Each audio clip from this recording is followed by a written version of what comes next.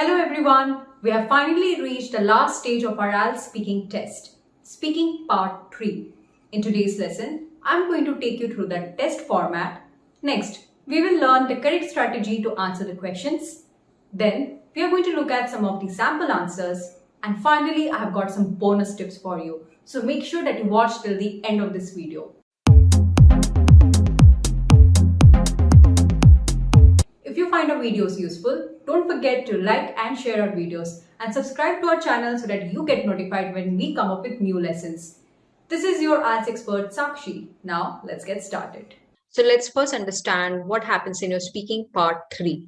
So here you will be asked 4 to 6 questions on the topic which you are already asked to speak on in your speaking part 2, that is the cue card. So it's essentially the continuation of speaking part 2.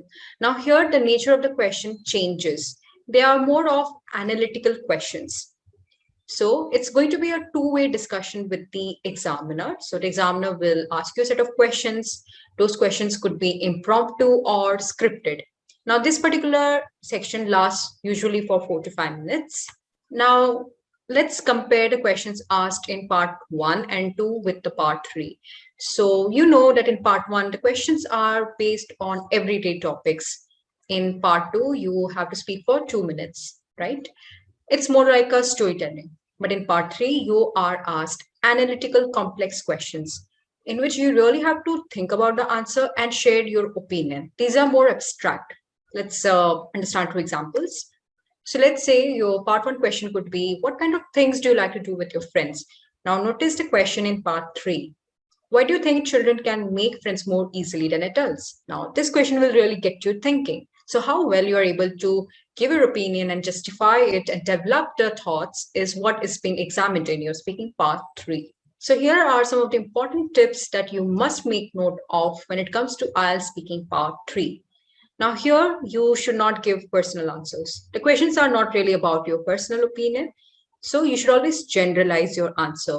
So let's say if someone asks that, do you think dieting is important? Then you should not say that, yes, I do dieting and it really keeps me fit. No, you should say that, yes, I think people should take care of their diet and eat a nutritious meal. So that's what a generalized answer would look like. Never forget to state your opinion clearly. Further, you can elongate your answer by giving examples. So all you need to do is structure your answers very logically. You can begin with the main idea, elaborate it further. How do you do that? So let's say you give your main idea or opinion, then explain it or give reasons, right? And further, you can also illustrate or give examples to give a well-rounded answer. These are some of the opinion phrases that you can use when you want to give opinion. Now, students often tend to repeat the word I think. Now, let's not do that and use the following expressions each time when we give our answers, specifically when we give opinion. So we are going to select this topic for today. So let's say your cue card is about describing a sport that you like to play or watch. So let's say you are done with your cue card speech. Now, following are the questions that you could be asked in speaking part 3. So the first question is, what kinds of sport facilities exist in your community? Your ideal answer could look like, I live near a university and my friends and I often go there to exercise. It has football fields, tracks, badminton, volleyball and tennis courts and other kinds of exercise equipment. There's also a weight room and taekwondo lessons. So I think that my community has quite a good assortment of sports facilities available. Let's see the next question. Do you think children should be encouraged from a young age to participate in competitive sports or team sports? Your answer could look like, I don't really think that it's good if children are taught at a young age to be competitive. If you can teach a child how to play competitive sports without stressing that winning is the only way that you can have fun, then I guess it's okay. But personally, I think that it's a bit unrealistic because everyone wants to win. And if kids don't win, their natural reaction is to cry or get mad. This doesn't really help them in life. When they grow up, they will find that you don't always win the first time around. You just have to keep trying and keep going on with your life. Let's see the next question. Do you prefer to watch sports events on TV at home or to watch them live? Why? I prefer watching sports on TV because sometimes you're watching a game that looks like it would be loads of fun, but it turns out to be super boring where your team gets screamed and you feel like crying. If you're at the stadium watching the game, there's nothing you can do but cry. But if you're at home, you can just change the channel to something fun. Watching sports at home is also more economical.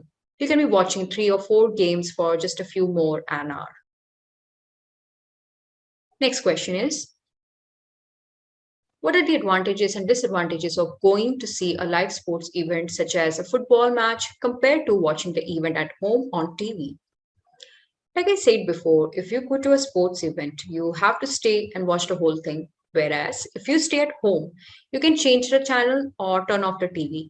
Also, you can see the game close up. Whereas if you're in the stadium, then you will see a faraway view of the game. One advantage of going to a sports event is that you can experience the excitement of the game. For example, the game is so much more alive and real than if you were just watching it. Moreover, if someone decides to strike at halftime, then you don't have to worry about a sports channel switching to the anchors who talk about the game. So that's how your sample answers could look like. Now I've got some bonus tips for you. So, there are some patterns in the questions that are being framed in speaking part 3. Once you know those patterns, it will really help you to structure the language to be used. Let's find out. So following are some of the common question types in your IELTS speaking part 3. So sometimes they can ask for your opinion. So usually it starts with what do you think or do you think, or else maybe they will ask you to evaluate someone else's opinion, or maybe you want to predict something in the future, or maybe something about the cause and effects or hypothetical situation, which is unreal situation, or maybe something related to comparison and contrast, wherein we might have to talk about the differences or similarities, or else past. So that means how certain things have changed over a period of time, right? How things were there in the past and how they have changed in the present. So if you can give a good answer to these kind of question types, it's really going to be beneficial for you. So that's how you can answer in your speaking part 3. Do you want to know the right strategy to solve the different question types in your IELTS reading section? Or are you confused on how to write good essays? Well, to solve all your doubts and queries and to make your job easy, we are going to launch our free IELTS crash course starting from the 11th of October. So in this crash course, our expert certified trainer Yesha Manik is going to give you the right tips, tricks, and strategies to solve different question types in reading. And also you will learn how to structure your essay, how to generate ideas for different kind of essays. So make sure that you enroll for this course, and you can find the link for the same in the description box. This crash course starts from 11th of October, from Monday to Saturday, and you have to tune in at 8 p.m. so that you can benefit from the expertise that is going to be shared with you. So what are you waiting for? Join a crash course, and if you're aiming for a band 7 and above, then you must make use of this opportunity and boost your score. So that's how you answer the speaking part 3 questions. Now, all it needs is more and more practice.